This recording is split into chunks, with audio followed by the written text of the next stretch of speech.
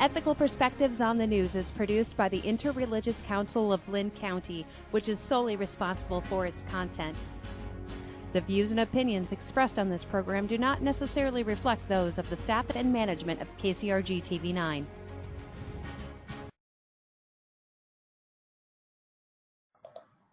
Good morning and welcome to Ethical Perspectives on the News. My name is Diehl. I'm currently the Vice President of the Interreligious Council of Linn County that does sponsor this show.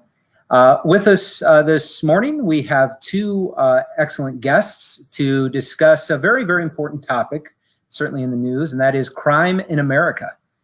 How bad is it and what should we do? And so I think we have a great show for you. Before we get started, I'd love for both of my guests to just quickly introduce themselves, what you do, and why this particular subject is important to you. So, well, let's go with, go ahead. Good morning. My name is Wayne Jerman. I'm Chief of Police for the City of Cedar Rapids. I've been the chief here for 8 years, arriving here from Montgomery County, Maryland, which is a suburb of Washington, D.C. I'm, again, very happy to be here, and thanks for having me, Alan. Thank you, Chief Jerman. Hi, good morning. I'm Mark Berg. I'm an associate professor at the University of Iowa. I direct the Crime and Justice Policy Research Program in the Public Policy Center, and I am on the executive committee of the Injury Prevention Research Center in the College of Public Health. And I have studied interpersonal violence and the causes and consequences of violence for some time in my career, and I'm happy to join everyone this morning. Thank you for having me.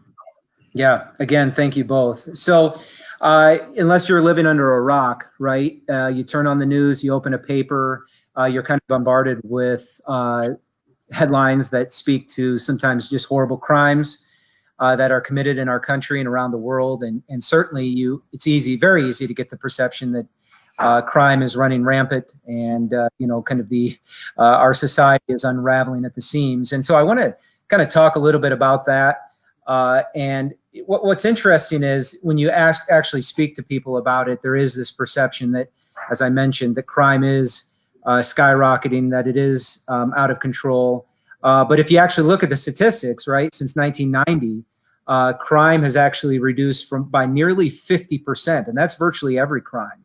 Now, one of the things we'll talk about here is the spike that we're seeing this year and the reasons behind it. But I do want to kind of talk to this perception that people have of crime versus maybe the reality of, no, crime is being reduced and has reduced over the last 30 years since really 1990. And specifically, there was a Gallup poll question that was done here just a couple years ago. And they asked participants there, when asked if there's more crime in your area than there was a year ago, 43% responded with more and 16% yes. So nearly the same. So nearly 60% felt like crime was either going up or staying the same. What do you think about this idea that is it a good thing that people, in spite of maybe the statistics showing crime going down, that people do have the perception that crime maybe is increasing or as bad as it's ever been, to kind of keep them more vigilant? So I think we'll kind of start there with, are you okay with that? Are you okay with that skewed view of crime? And feel free, whoever wants to jump in on that. Well, I'll go ahead and start. And I'm really not okay with people not feeling safe. I mean, that's my primary job is, wanting people to feel safe in their neighborhoods and in their homes. But it is true, crime has been on a downward trend. And here in Cedar Rapids, especially violent crime over the last 5 years has seen a little bit more than a 5.5% decrease until we get to 2020, where for a number of reasons it has increased. And why we do not want people to live in fear, we would like them to remain vigilant or even be more vigilant and feel safe by calling us when they do believe that They see something that's not right in their neighborhood or their community. They live there all the time.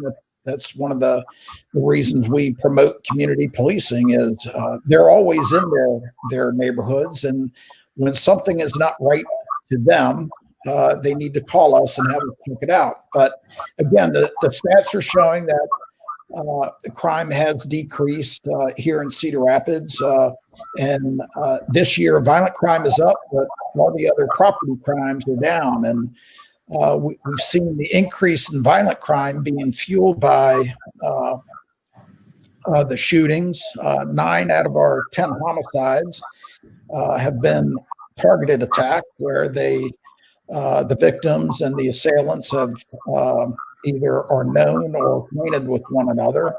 But our robberies, sex assaults, and rapes, which are classified as violent crimes, those are down. So the aggravated assaults and homicides are up, and that's what's fueling the violent crime rate.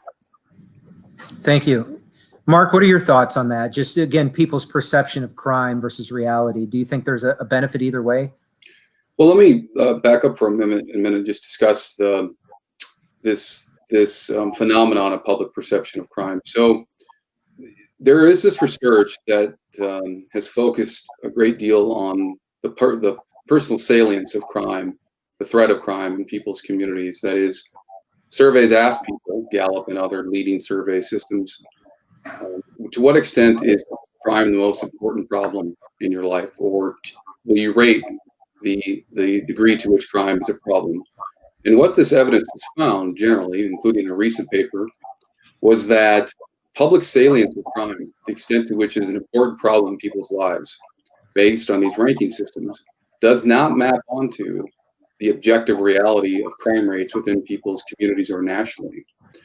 And the public salience of crime tends to follow common trends within the population among subgroups. So people, if we divide people up by their level of education, whether they live in urban, suburban, rural places, whether they're black or white, or age, in general, when one group expresses a stronger sentiment regarding the extent to which crime is a problem, other groups do as well. So there's this common trend. The public reported on these surveys that that is the trend in the public, in the salience of crime is a pressing problem, spiked somewhere in the mid to late 1990s. And since that point, survey research has shown generally for all groups that it's declined. But again, it's not seemingly tied to any objective risk. That is, as crime rates declined or increased, the public salience of crime tracked on a different pattern. And some have argued that's a result of the way it's socially constructed, through the media, through general public sentiment towards punitiveness, and so forth. Yeah, no, that's an excellent point. I think that the fact that it tracks those different subgroups is quite interesting, and how it tends to be a little contagious is kind of what I'm hearing there. Yeah, it is interesting. I mean, when they look at and when they survey people for whether you feel the U.S. crime is up over last year, again, they think that it has been, that it has gone up. And I think it's interesting, sometimes national events, it seems to correspond with national events. For instance, after 9/11, 2002, 42% in, there was basically a 21%, or from 41 to 62% from 2001 to 2002 that thought that crime had increased. So there seems to be a direct correlation sometimes between these national events in people's perception. So I think in 2020, we could certainly probably make that assumption with some of the social unrest we've seen in some of our bigger cities, so on and so forth, right? There definitely creates this perception that, you know, every city is on fire, or, you know, there's looting and rioting, et cetera, lock your doors. But again, and maybe there is that spike this year, but anyways, it feels like it's a little contagious, and that's really interesting. Well, the one point to make here, Alan, is that we have to be careful too. We need to be aware of this. We need to be aware of the disconnect between the reality that you've just described, or the reality that the survey estimates attempt to capture, in the way that is not related to public sentiment regarding whether or not crime is the most important problem facing our country. Why? Because public sentiment, while it's often divorced from reality, it often drives public policy. And sometimes it drives public policies that we come to regret many years later. We can become either more punitive or less punitive as a result of the perception of a social problem, regardless of the objective circumstances of the social problem. And the problem with that is that once we create public policies, when we turn that machine on, I think reference to the incarceration system, it's very difficult to turn that off. Many of us are well aware of the challenge of the disparities between the crack cocaine and cocaine possession laws of the 80s and 90s across parties, across the ideological spectrum. But it's been shown it's been very difficult to reverse those laws because the policy apparatus becomes so embedded. Yeah, and Chief Jerman, I'd certainly like to get your thoughts on this. It is right? This anecdotal evidence that we have, or the power of an individual story to push public policy, to put to legislation, et cetera, right? You see that virtually in almost every aspect when it comes to, I've done shows on drug laws, et cetera, right? Anyways, the power of an individual story to push forward a particular ideology, agenda, passion for a particular part of society to change. I mean, what are your thoughts on that, Chief Jerman? I know you're law enforcement; you don't create the laws, but do you agree with what Mark is saying here? Yeah, what Mr. Berg just commented on, especially the crack cocaine epidemic back a number of years ago. If you remember, those laws and the reaction was driven due to the violence that was associated with the sale of crack cocaine and the open air drug markets and whatnot. And that's why there was, such a crackdown from law enforcement. And that's what led to that mass incarceration. Today, our focus has been on, specifically the gun violence and the crimes that are associated with the use of guns and the increase in homicides as a result of gun violence. And we're trying to address these types of crimes because of the devastating impact that these crimes have, and the perception and the fear that these crimes instill in our community. And that's what we're focusing a lot of our attention on, these types of crimes.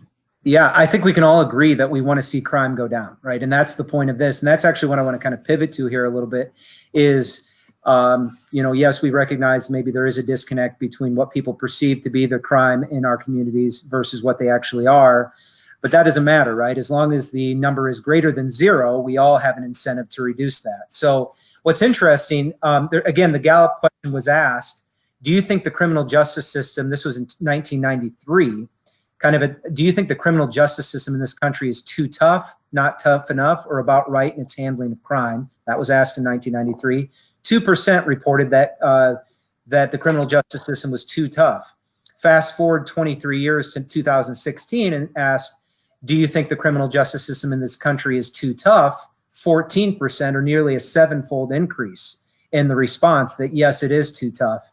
But that ironically comes after a decades-long reduction in crime. So my question to you, and Chief Jerman, I think this might be a good one for you, but Mark, feel free to chime in. How much has the tough on crime that we hear about mindset contributed, in your opinion, to the reduction of crime over that time frame? It's definitely had an impact, but what I've seen recently is I think they need to be an adjustment. There needs to be an adjustment to who's being incarcerated and what for. And I would like to see more of a focus on incarcerating those who engage in the crimes of violence. I'm not saying that property crimes or crimes that some burglaries and some other offenses aren't severe and aren't deserving of incarceration or some other type of action by the criminal justice system, but it's the crimes of violence that I think we need to rededicate our focus and our attention to identifying those who are responsible for these types of crimes. And then if they are convicted, I believe to get these individuals incarcerated, not because I don't believe in rehabilitation, but I do firmly believe these individuals are incarcerated. They're not going to be in our neighborhoods and our communities creating and causing violence and shooting up our city. So I know in Cedar Rapids, we've got a very good relationship with the U.S. Attorney's Office, and we push as much crime, gun-related crime, that can be pushed federally into the federal system because of the sanctions are more severe and the length of incarceration is greater than in the state system. Interesting. Thank you. Mark, thoughts on that? Is the tough on crime mindset? Do you think it works? Do you think it was just kind of coincidence, or do you think there's something to it? Well, I think just anecdotally, Chief's perspective on perhaps the way we should readjust the policing model and the way we should reconsider using the criminal justice system and the machinery of arrest and incarceration to target those people who are the most problematic is a sentiment that I've heard from many people in federal and state law enforcement locally and elsewhere over the last 5 years. Why? Perhaps it's because many of us have realized, either who work as practitioners, as chief, or those of us who study these things and think about them a lot, we realize that we almost doubled the incarceration rate in my lifetime. And most criminologists who study the effects of incarceration on crime at the macro level would argue that we probably, that doubling at a huge expense, lowered the violent crime rate around 20 to 25%. Some would argue less than that. And that came at a huge cost. And the problem with mass incarceration, while most people, including me, agree that many people belong in prison who do things to their communities that are very harmful, like the actions that Chief just described, is that as we increase the incarceration machine early on in the rise and the growth across every state, prosecutors and the courts essentially pulled from the streets those who were most dangerous. But as we continue to incarcerate, each additional prisoner became less and less dangerous. That is, we reached a point of diminishing returns. We probably reached that somewhere around the late 1990s. At some point, incarceration became so pervasive in some communities that some have argued it was effectively a life course transition. All too common, all too costly, especially to those people who are younger, who probably didn't commit violent crimes. They took the place also of someone in prison who perhaps may have belonged there, who was violent and a threat to their community. I've had conversations with different people in preparation for this particular episode, and just conversations generally about crime. And one of the first responses you'll have to, well, yeah, I get it. I understand that the crime has reduced over the last 30 years, but it's only because we're locking more people up, right? That seems to be kind of the rebuttal to that. But what's interesting, according to the U.S. Department of Justice, the Bureau of Justice Statistics, the percentage of adult U.S. residents under correctional supervision was lower in 2018 than at any time since 1992. So that was largely due to the decrease in 2 states. Okay. So that it's a reduction, but the reduction, once you account for those 2 to 3 states, the decrease isn't all that substantial. But we are, for the first time in many years, incarcerating fewer people on a year-to-year basis than we have before. And go on, Alex. Yeah. Okay. So, Chief Jerman, what's your perception of it? Are we incarcerating more people in Iowa, in Cedar Rapids, Linn County, than we have from 30 years ago or 10 years ago? Or do you keep track of those numbers, or what's your thoughts? I don't keep close track, but I have been told since my time here that we have seen a decrease in the number of individuals that have been incarcerated. And I know a lot of offenders are being released and paroled, and I know within the sixth judicial district we have here, they do have a good success rate with the supervision of offenders in the community. But again, I want to focus on, those who commit the violent crime, because, that's the type of crime or incident that has the greatest impact on a community and a neighborhood. And study after study shows and proves that the majority of these types of incidents are committed by a very small number of individuals. And that's where we've dedicated our focus and our attention to, keep our pressure and the attention on these individuals to, get them identified and held accountable for their actions. Again, these types of violent acts just have a tremendous negative impact on people's lives. And again, nobody asks to be a victim of violent crime. And Yeah. I think there's a number of reasons that resonate around here, and one of the biggest ones is I think there's a huge disconnect and a lack of respect for human life. I mean, when I go to the scenes of homicides or read through the incidents, the individuals that are committing some of these offenses, it's just mind-boggling of the lack of respect for ending someone's life.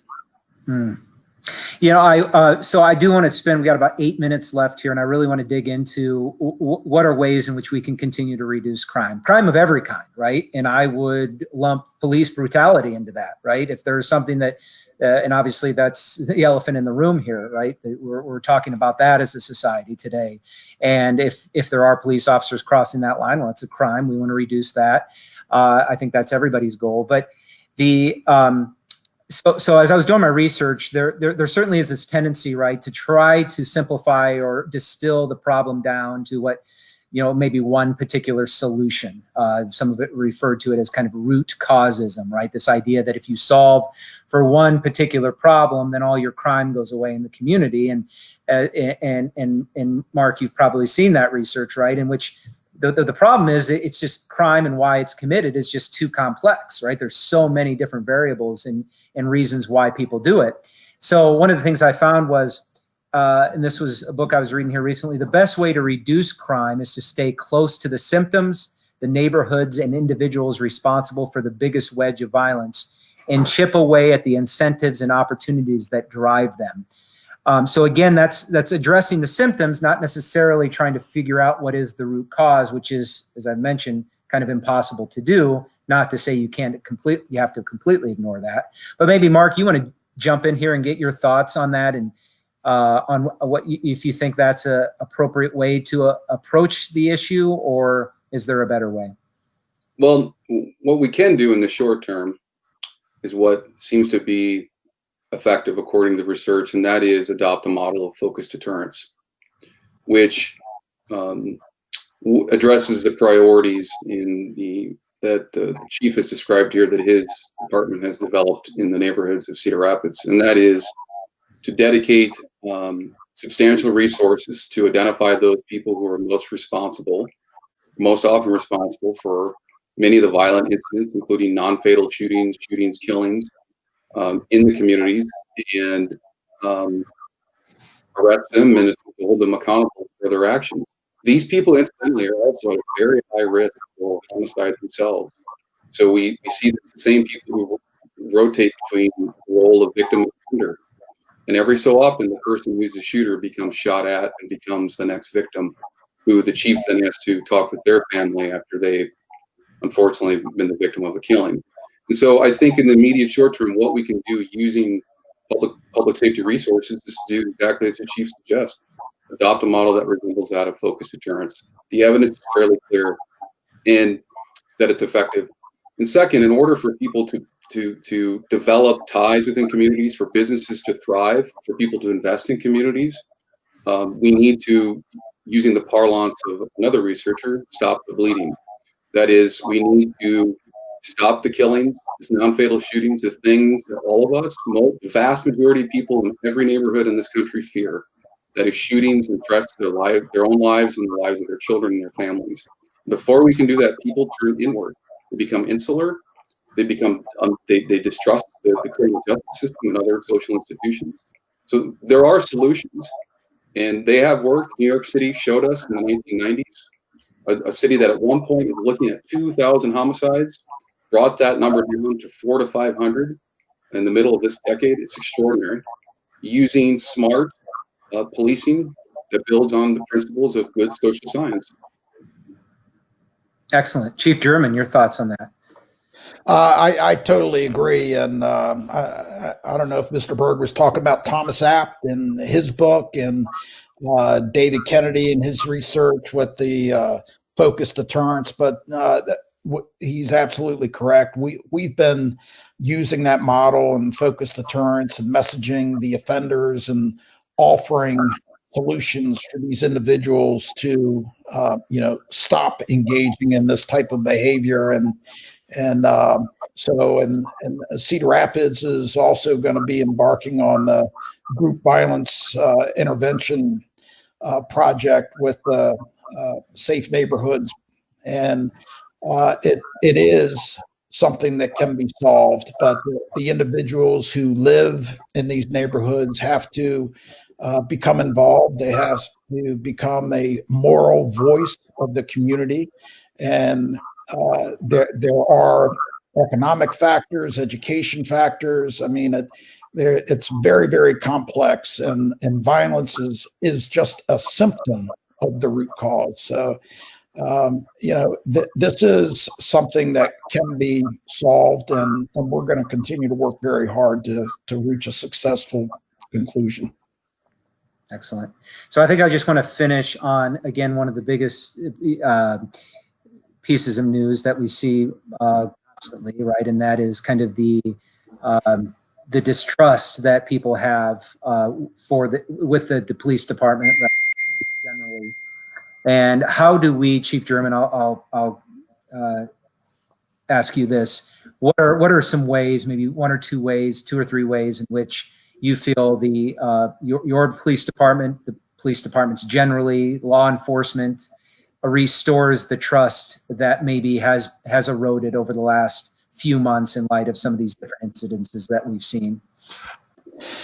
Well, the incidents that have occurred across the country have been extremely troubling for law enforcement agencies. And it's all about legitimacy in policing, and to form a positive and trusting relationship with the community is all about transparency and trust. And we've opened up our police department. We've recently promoted getting a civilian review board and citizens review board instituted here in the city. And that's, again, to be more transparent, let the community and the citizens see what their police department is about. And also that increases the level of trust. And if we have a high level of trust, it's going to make our job in law enforcement easier, because the community will trust us and be more ready to come forward with information. Excellent. Thank you so much. We are, as usual, out of time, but thank you so much, Chief Jerman, Mark, for joining me this morning and discussing a very important subject. Thank you for joining us, everyone. Have a great Sunday. Take care. Thank you.